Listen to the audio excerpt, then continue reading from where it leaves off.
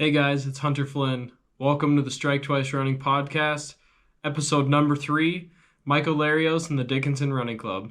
Stay tuned for more on Michael Larios, Dickinson State University, and the Dickinson Running Club. This is the Strike Twice Running Podcast.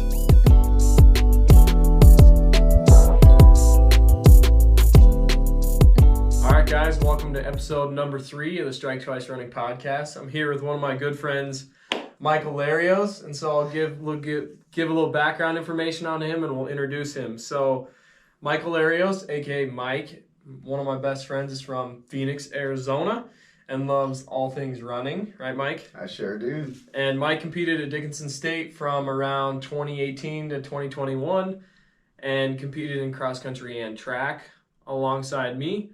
Mike graduated from Dickinson State in 2023 with a degree in physical education. And Mike is one of the beloved co-founders of the Dickinson Running Club. That's one of the reasons why he's here, along with JC, myself, and then Jaden Dolchek has also had a big role in that. So, Mike, thanks for doing this. Welcome to the show, man. Not a problem. I'm glad to be here. Thank you for having me. All right, so we were going to do a beverage of the day tradition where the guest brings a beverage of their choice, whether it be alcoholic or not. And it is dry January officially, so I'm drinking coffee and Mike's going dry. Dry today. All right, so first we're going to talk a little bit about you. Then after that, we're going to talk about running at Dickinson State a little bit. And then we're going to talk about the DRC, the Dickinson Running Club.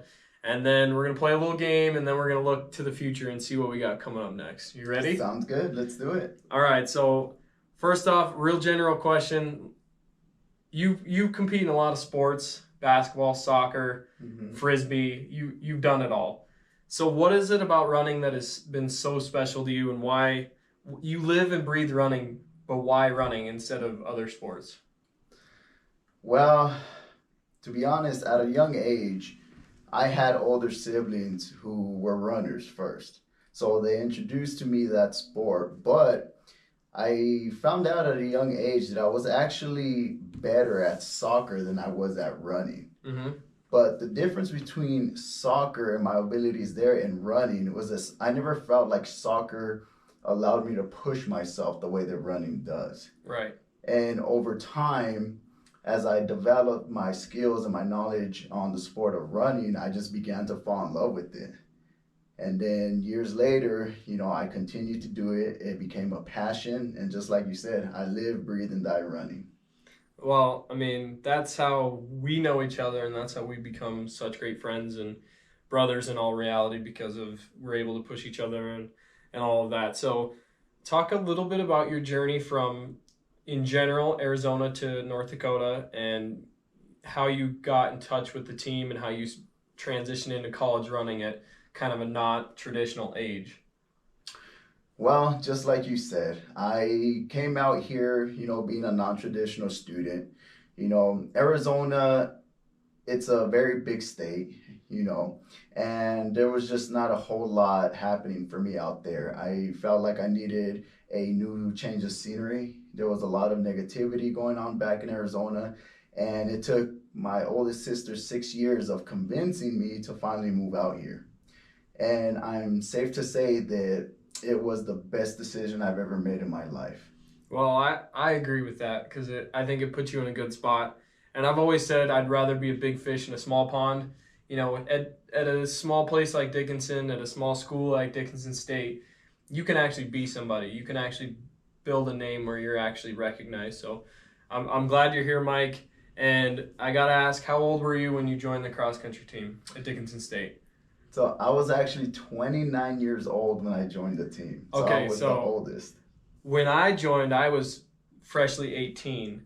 Talk about what the dynamic was initially coming onto a team when you were a decade older than some of the other athletes. Well, it was definitely a new experience, but it was a great experience. My first year, I told all the team, I told them, I want the college experience, everything, from the schooling to the outside, habits that we do, just all the fun. I wanted the college experience, and that's exactly what I got. Yeah, I think it's definitely interesting when you go from high school where you're all in the same four, you're either Mm-hmm. freshmen, you're 14 to 18 years old. That's it. Mm-hmm. And you all lived in the same place your whole life.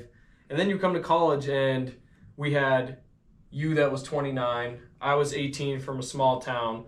We've had athletes from Jamaica and Africa, and so you just get this melting pot of different abilities and backgrounds and cultures, and you're able to put a team together and do some amazing things as such a unique dynamic group. So I always thought that was cool. So as a 29-year-old, you just fit right in as one of the brothers. So Oh, definitely. I mean, just like you said, it was like a big melting pot, just all these different diversities, all these cultures, all these habits, experiences. And I think that's what made my experience the best.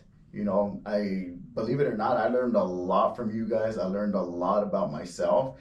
And like, I thank this team every day for it, for everything they taught me. oh yeah, as you can see, there's a lot of Dickinson State on this wall for good reason. It's all good Mm-hmm. memories for us. So tell me a little bit about what you did during your college days to stay healthy as far as recovery. And again, you were a little bit older than some of the other athletes. Was there anything you did differently to recover and stay healthy compared to what you did when you were, say, 18, 19? Oh, big time. So, first of all, one of the biggest things I did was I actually listened. Mm-hmm. I didn't go onto the team pretending that I knew everything, because I didn't. So one of the biggest things that I had on my mind was to make sure I listened to my coaches, listened to my team, because I don't know everything. Mm-hmm. So definitely I know that the team helped me out with a lot of the recovery. I mean, whether it was new stretches it was doing, whether it was just the amount of sleep I should be getting, whether it was different methods of training. Like, you guys helped me out a lot as far as the recovery. So I'm gonna switch gears a little bit to brag about Mike a little bit and the athlete and just the person that he is. So once upon a time, we're at the conference meet indoor, and it was really competitive between us and Dakota State, and we needed one extra person for the 4x800 meter relay. Mike he was just getting ready for the 5,000 meter run. So we were on a 300 meter track, so it would have been 15 laps, Mm-hmm. something like that. And we needed another athlete, and they were like, we'll get a pole vaulter, we'll get somebody. And Mike comes over and he says, I'll do it. I will absolutely do it. So Mike runs an entire 5,000 meter race and turns right back around and gets on the starting line for the 4x800 meter relay.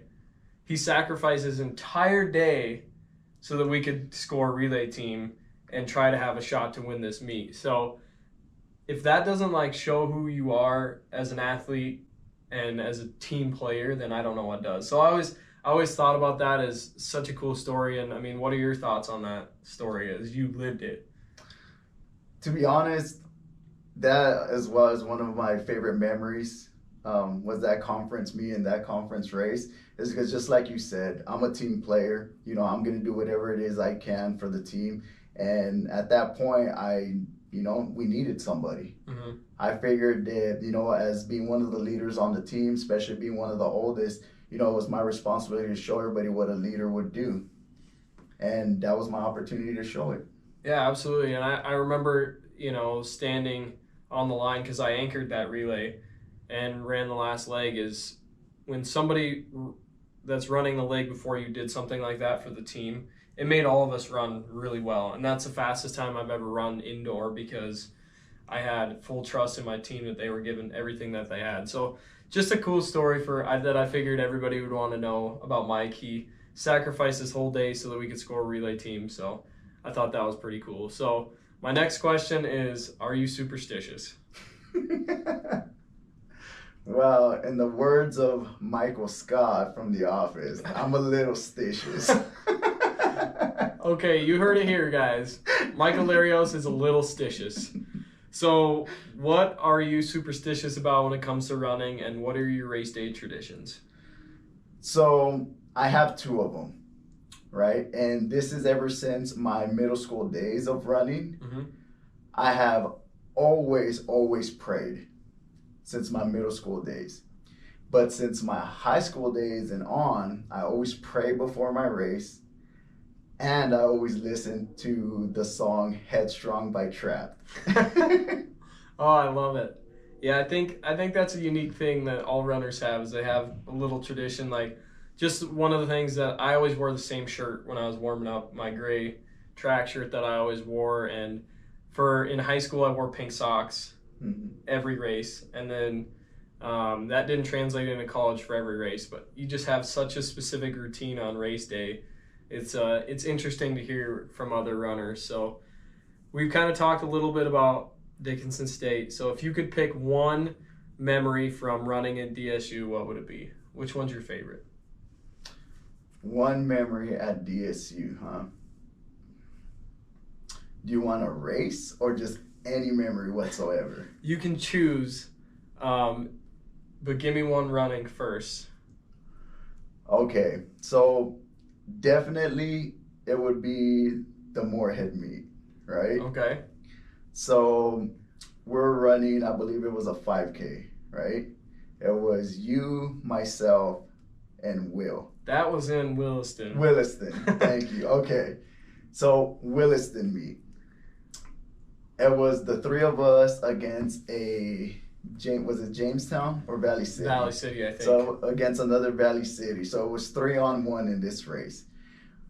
The reason why that race was my favorite was because it showed me exactly what I had still left inside the tank. Mm-hmm. I mean, that entire race, I was constantly hearing from our team, right? Like, Mike, you're still right there with both Hunter and Will. And you guys, like I said, I've always said, you guys are tremendous athletes. And having you guys on the team definitely always pushed me. And I felt like that meet, you guys did that for me when I really, really needed it the most. And so for me, because of how close I remained the entire race, it just relighted my fire and passion for the sport.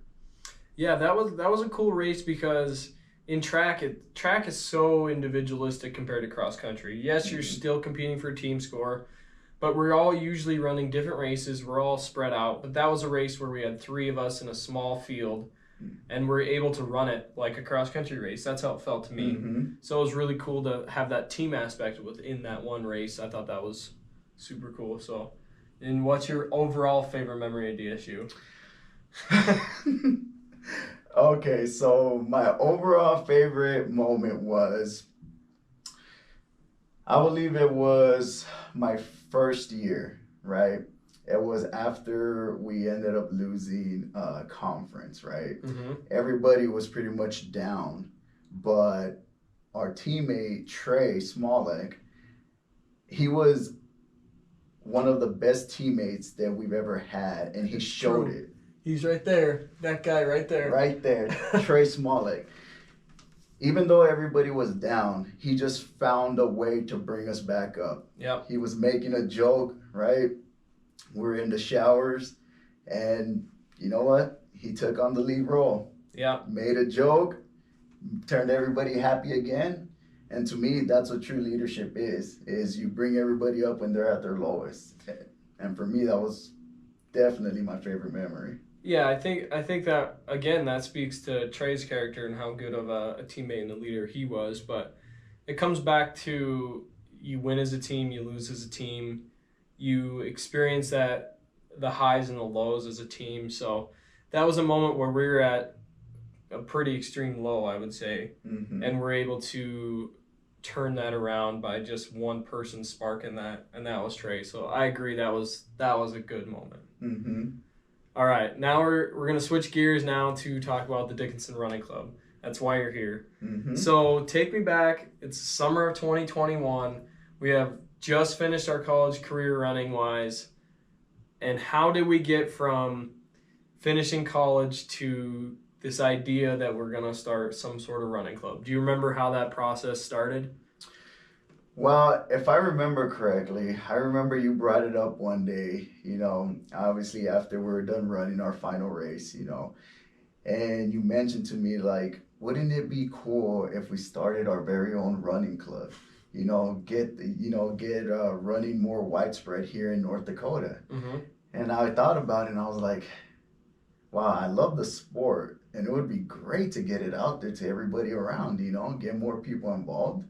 So if I remember correctly, that's how we started it. Yeah, I agree. I think it just kind of came out of this idea that, some people get done with college running and they, that they're happy with that and their life just goes a different direction. But for us, we both knew that our lives are going to revolve around running in some capacity. So I think it was just that drive to keep running and run as a group, because when you run as part of a team for years and years and years, you want to keep that. So the idea behind the running club was to create this group that we could compete with and train with and put on races with and those kind of things. So that's kind of how that started. And our first year, I'd say we started in August-ish, I think, of 2021. So I thought we had a pretty good first year. We immediately started meeting a couple times a week. We hosted our first race, the Blue Hawk 5K. And we definitely learned a lot that first year. We did. We learned that we had some real MVPs. You and Matt and Chad and Mike and Bethany, they basically held us together through our first year, and they were kind of our rocks until a couple of them moved away.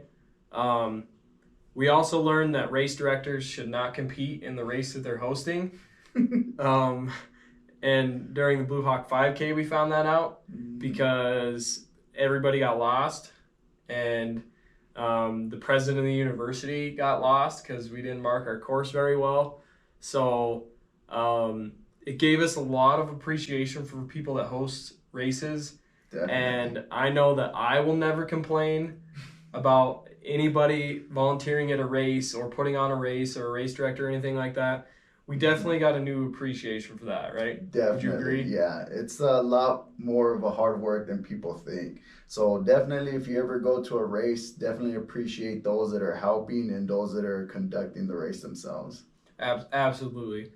And then in our second year, we added a new event, which was the Buster's Color Run, which actually replaced the Blue Hawk 5K. And Buster's Color Run partners with Dickinson State to kick off their homecoming. It's a color run around 3,000 meters. Tell us a little bit about the first year of the color run. So the first year of the color run, it was a little bit iffy for us because we weren't sure, exactly how many people were going to turn up, right? Right, and I was so leery about a color run. I didn't know how the interest would be in something like that because I had never been in one. You don't hear about them as much as you would think. So we were leery going into it. So continue. Definitely. So yeah, like you said, we're a bit leery going into it because we just weren't sure if there was going to be enough people that were going to be interested, right? We definitely try to get more sponsors, right? We try to get our name out there. We even resorted to asking our friends, our family, see if they knew anybody, right? So definitely it was a bit leery at first. And then finally, I remember you told me that, hey, we had our first person sign up. I remember the smiles on our faces. It seemed like it took so long. I was so nervous. It was like 10 days out and we hadn't had one person sign up. And we were getting so nervous. We're like, we put all this work into this. It's gonna flop. So continue. So after that first registry, right, we had a big smile on our faces. And then I think a couple days later, we started noticing more people were signing up. We ended up putting it out on Facebook, which was a great idea that you came up with. And then next thing you know, we started seeing more and more and more people sign up and register. So that definitely put major smiles on our faces. Definitely all the work we're putting into it. But yeah, as far as our first year goes, there was definitely a lot of worry, but I know for a fact that after that first registry, it started giving us hope that what we were doing was definitely worth it. So our first year was definitely an experience for us. Yeah, it was. And like you said, I mean, we were nervous with only one entry 10 days out, but the entries filed in. I think we had around 30 people, which I was fine with that. I mean, we had good prizes. We had a good turnout. We had a couple really good sponsors. So, it definitely felt like we were onto something great. Like at that point, we knew that we were able to, or we were going to be able to put on high quality races and things like that. So fast forward to this year, we doubled the amount of, or like quadrupled the amount of chalk. We had over 140 pounds of chalk. So that was like 20 pounds of each color. We had double the amount of people. We had even more prizes. We got to give like a 60-inch TV to like a 7-year-old kid, and he was so jacked up. He was. I mean, just another great event, and both the color runs that we've done have benefited Dickinson State University. They go to student scholarships. So we've always partnered with the DSU Heritage Foundation for those. So talk about the second year, and I remember you being especially jacked for that kid getting the TV. So talk about year 2. So year 2, I was so ready for year 2. I remember telling you like a month before we were even planning it, like, hey, can I get a lot of the posters, right? You said, yep, definitely. You got me a huge stack of posters, right? But yeah, year 2, I was ready for it. After what happened with year 1, right, with like the excitement, the letdown at first from the beginning, right? Year 2, definitely, I was a lot more prepared. I was a lot more ready. So what I started doing year 2, right, was I started contacting all the people that I know, with their children, family, friends, pretty much everybody that I possibly could. I laid a couple posters down too at my job. That definitely got people coming out there, we got more sponsors. We doubled the amount of effort that we put into getting more registries. But from the very beginning, year 2 was very, very fun. I mean, after I saw how many people had came out, after the prizes that we had for everybody, right? It was really, really fun. I loved it. Like, it could not have gone better than what I thought was gonna happen, I would have to say that year 2 is definitely one to remember. Oh yeah, and this is technically year 3 of our running club, but it was year 2 of the color run. So another event that we did in 2023 in the summer, which kind of we did an event in the summer, and that really got us hyped for the color run in October. So let's back up to summer of 2023. We did the youth track meet series. So every Thursday in July, we met up at the track at the Dickinson State University, and we put on a track meet for kids 4 to 14. We had every event you could think of for a basic track meet: the 50, the 100, the 200, the 400, the 800, the 16. We did long jump, we did a softball throw, and we also threw the turbo jab. We had around 40 kids per week. And so that was a new event that was kind of tossed our way and said, hey, can you guys pull this off? We said, absolutely. We're going to do it. We're going to give it a shot. Again, we were nervous. We didn't know. It was something new, right? So we gave that a shot. And honestly, I was blown away by the community and the need for kids and youth sports and activities in the summertime. Soccer had just ended. Baseball had just ended. So there was this huge gap, basically a month, where the kids in the community weren't doing anything. Pretty much all that open time. Yeah, so it was a perfect opportunity, and it was very eye-opening that the community is very passionate for track and field, even at a young age. So, Todd, let's get your side on the youth track series. How do you think it went? What do you want to see in the future? That kind of stuff. So first of all, I thought it was a really, really great idea, for us to do these youth track meets. If there's one thing I'm really passionate about, aside from running, is being able to pass on, right, the sport of running to the youth, right? And I feel that by doing these youth track meets during the month of July, I felt like that part of my goal was accomplished, One of the things that I really liked about it was just the turnout every week. It was something completely new to all of us, right? But we decided to take on that challenge, and the results that we got were just extraordinary. Well, and I thought one of the coolest parts was, we had new kids come each week, a few filtered in and out, but that core group of kids, probably 25 to 30 kids, they came back every week and they wanted to get better, and they're like, hey, I've been running this week, I've been training and wanting to get better, and that's what we want to see, right? That's the community we're trying to build, it, even for these little kids, that they have this passion for the sport that we love. So continue. So like you said, we love this sport, right? We live, breathe, die running, right? And to be able to pass this on to the youth is just something amazing to be able to experience. And every week, like you said, we had the same core group of 25 to 30 kids that would come out every week, that would come and ask for advice, that would come and ask us, like, what can I do, recovery, what can I do, to train better, whether, it was extra running time, whether it was motivation, whether it was stretches. They always came to us looking for advice, right? And I think that's one of the things I liked about this, is because of the fact that there was so many of us with our own experiences, that we were able to help every single child, right, that we possibly could, with our own experiences.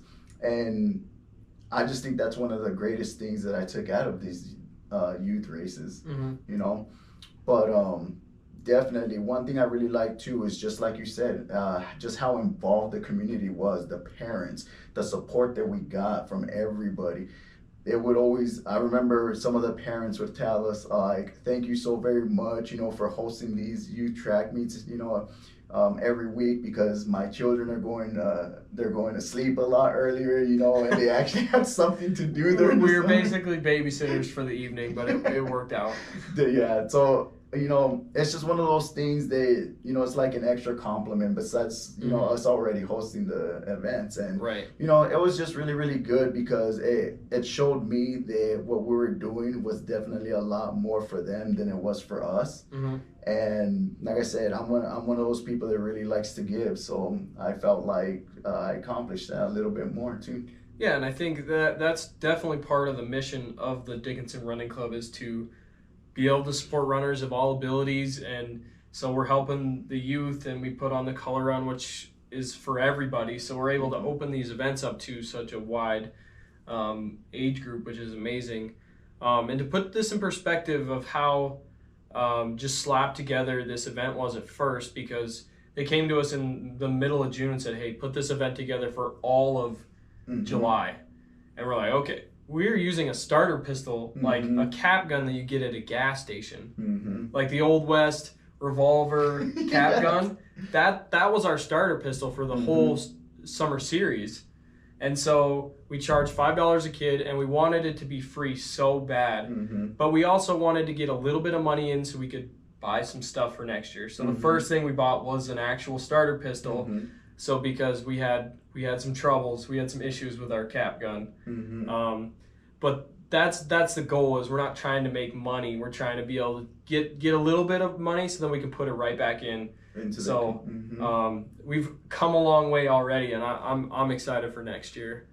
Same here. So we talked a little bit about the impact, but what do you think the biggest impact the Dickinson Running Club has had on the community? Oh, that's easy. So the biggest impact I can see is the fact that we get these students doing something productive. The students, the kids, the youth, right, their families, for all we know, they could be out doing things that are unhelpful to society, right? And I think by hosting all of these track meets, I think we keep them doing something productive, not only for themselves, right, but for even the people around them. You get one child, he gets his friend, he gets his mom, his dad, his other friends. And so I think it's just, it's like a circle, right? Everybody can see what you're doing. Everybody would like to do it. And so you get one person, it helps you get others.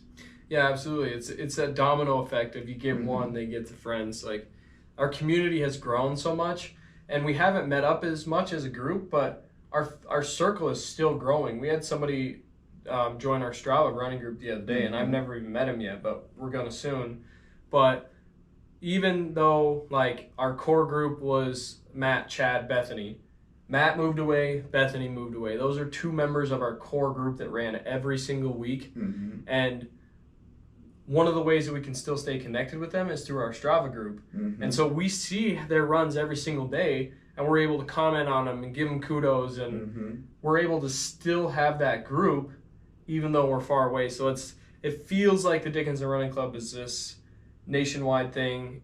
We don't have to be together to share in our love of running. So I think that's an amazing thing for our group, and shout out to those guys for seriously being our rock through a good part of our history as a running club. So where do you see us going from here? I know we've talked about hosting a half marathon out at the lake. What do you see? What's your vision for the running club over the next couple of years?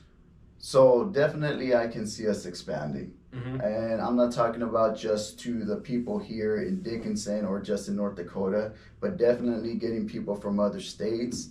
You know, I know we've had a few, right, that have already came out, but definitely it's just getting ourselves more out there.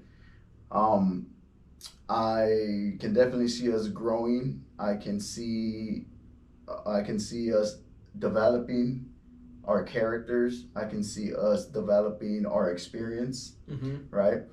And I can definitely see us including others who would never think they could become runners. Yeah, I think that's a really good vision, and just hopefully as we keep putting on high quality events that we draw more people in, and we can partner with things that are already successful, and you know, such as the Mahahe Trail. I'm wearing my Mahahe stuff. I got Mahahe all over here. We love the Mahahe. They do some amazing races out there, really high quality group of people out there. So I definitely see us partnering with those people because they're already successful. Why not tap into that group that they've built and make both of our groups even bigger? Also, one of our good buddies, Jane Dolachek, he's working on the Badlands track and field. So that's a nonprofit group as well that's putting on one big invitational track meet where any age can come and compete in a high quality track meet in Dickinson. So we got some really good connections. We just got to build on those, and that's kind of what I see for us. Would you agree? Completely agree. It's a great vision. All right. Should we take a break? Yeah, let's take a break. All right.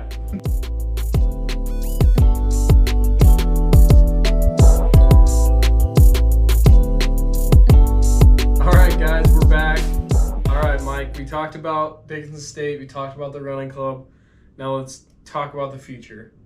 What do you got coming up in 2024? What races are you running? What are your goals? Lay it out for me. Okay, so I actually have 3 races that I plan on doing. Maybe 3 races. So the first one is coming up in late February. I'm gonna run a half marathon, the Las Vegas half marathon. Oh, nice. So I'm pretty excited about that one. That one's gonna be like my entry race to this year because it's gonna help set me up for the 2 future marathons that I'm doing. So I believe it was the Fargo Marathon coming in May. And then I got the Bismarck Marathon in September. So nice. Those are the 3 races I'll be doing in 2024. Nice. And what are your goals for those races? So my goal for the half marathon is to be under 115. That's for the half. My goal for the marathon, the Fargo Marathon, is to be under 240. And then the Bismarck Marathon to be under 235. Dang, Mike, you got some big goals for 2024. Are you going to be able to do it? I'm going to put all the work that it needs. All right. So now we're going to switch directions for a little game. Tell me, Mike, what is your favorite TV show? So my favorite TV show is definitely The Office. Okay. Do you think you're pretty knowledgeable in The Office? I'm pretty confident in what I know about The Office. You want to put that to the test? Let's go for it. All right, guys, it's time for some Office trivia starring Michael Larios. Are you ready? I'm ready. Question number 1. Who did Michael take to Jamaica? Jan. Okay, correct. Jan. To be fair, if I remember correctly, She might have already been there, and then he got there, right? I think he asked her. Yeah. Okay. I just watched that one the other day. Okay. Okay. Okay, this one's long-winded. You ready? Mm-hmm. Who came in first place in the Michael Scott's Dunder Mifflin Scranton Meredith Palmer Memorial Celebrity Rabies Awareness Pro-Am Fun Run Race for the Cure? Oscar. No. No. Let me see. Who came in first? The least memorable person in the office? Don't tell me it was not Stanley. No. Not Kevin. No. Who was it? Michael's sworn enemy. Toby. Toby. Oh, Yeah. it was. Because Michael Scott gives him the You're right. anti-laxative. Yeah. And so Toby. he didn't have to stop to go to the bathroom, and he wins that race. That's okay. What and what? So this was in the same episode, actually. Mm-hmm. Which one of Angela's cats did Dwight kill? Put in the freezer. Oh my. Do you remember the name? Sprinkles? Sprinkles is correct. Sprinkles. 2 right, 1 wrong. So Ryan caused the fire in the microwave. Mm-hmm. What was he cooking? Oh my gosh. It's very specific. Well, I know it wasn't popcorn. Oh my! I feel like it was like a type of sandwich. Maybe, I think. I'm pretty sure it was a type of sandwich, but I don't remember what kind of sandwich. So the official answer is a cheese pita. But I don't know what a pita is. Is that like a sandwich? I think it is like a kind of like a sandwich. It's Okay. not defined as a sandwich, but yeah, you can eat it like one. I'll give you half right on that. Okay. So what was the name of Andy's a cappella group from Cornell University? Oh man, I don't. Oof, that's a good one. Because I do remember he went to Cornell. I knew he was a cappella, and then I remember his buddy stole his famous line. Yep. That I remember, but I don't remember the name. It was Here Comes Treble. Okay. This one you should be able to get. Number 6. What was the name of the building security guard at the office? Oh man. It's a deep dive. I can't remember that one. It was Hank. Hank. Okay, this one you have to get. Okay. For all the marbles, what was the nickname Andy gave Jim? Oh, tuna. Yep. Tuna. Big tuna. Big tuna. Good job, Mike. Thank you. Proud of you. So it was 4 and 3. You got to practice up on your office trivia a little I bit. do. So now I got some questions about you, and hopefully you'll get those right. Okay, You ready? Let's hope. Favorite brand of running shoes? Oh, Asics, hands down. Favorite pre-race meal? Pre-race meal. Pasta. Pasta? Anything specific? Rigatoni. That was very specific. Least favorite pre-race meal? Oatmeal. Okay. Yeah. Definitely oatmeal. Feel like that's a classic, like, get your carbs in meal, but Mm-hmm. I could see that. But definitely, yeah, it's the texture of it for me. Where's your favorite place to run? San Juan Trail in Phoenix, Arizona. We're going to have to run it sometime. Definitely. Jeans or sweatpants? Sweatpants. You're wearing jeans right now. Not my choice. Not by choice, okay. Sweatpants. Definitely. Who's your favorite athlete? My favorite athlete, Michael Jordan. I like it. Do you have a secret talent? I'm actually very, very good at Mario Kart 64. Very good. And you competed in that back in the day. Tell us a little bit about that. Yeah, I've actually gone to a few tournaments for Mario 64. It was, how long ago? Probably before my time. Definitely, I would say roughly around 15 years ago, or a little more than that. But definitely, I was a teenager. Couple times I went to LA with a brother of mine. So for Mario Kart 64 and Super Smash Brothers. Nice. So I'd call that a talent. Mm-hmm. we might have to play after this. Definitely. What is your favorite podcast? Club Shay with Shannon Sharp. By far my favorite. Now that is good, but I was hoping you'd say the Strike Twice running podcast. Definitely. But I'll forgive you. Okay, so that is all we have for this episode. I want to thank Mike for coming on. We talked about Dickinson State, we talked about the running club, and we played a couple games, had a good time. Thank you for giving me your insight on everything, and we'll have to have you on again soon. So thanks, Mike. Appreciate it. Thank you very much for having me. All right. Glad to be here. And thanks for tuning in to the Strike Twice podcast, and we'll see you guys next time with Cole Jensen and the NAI Marathon. See you guys later.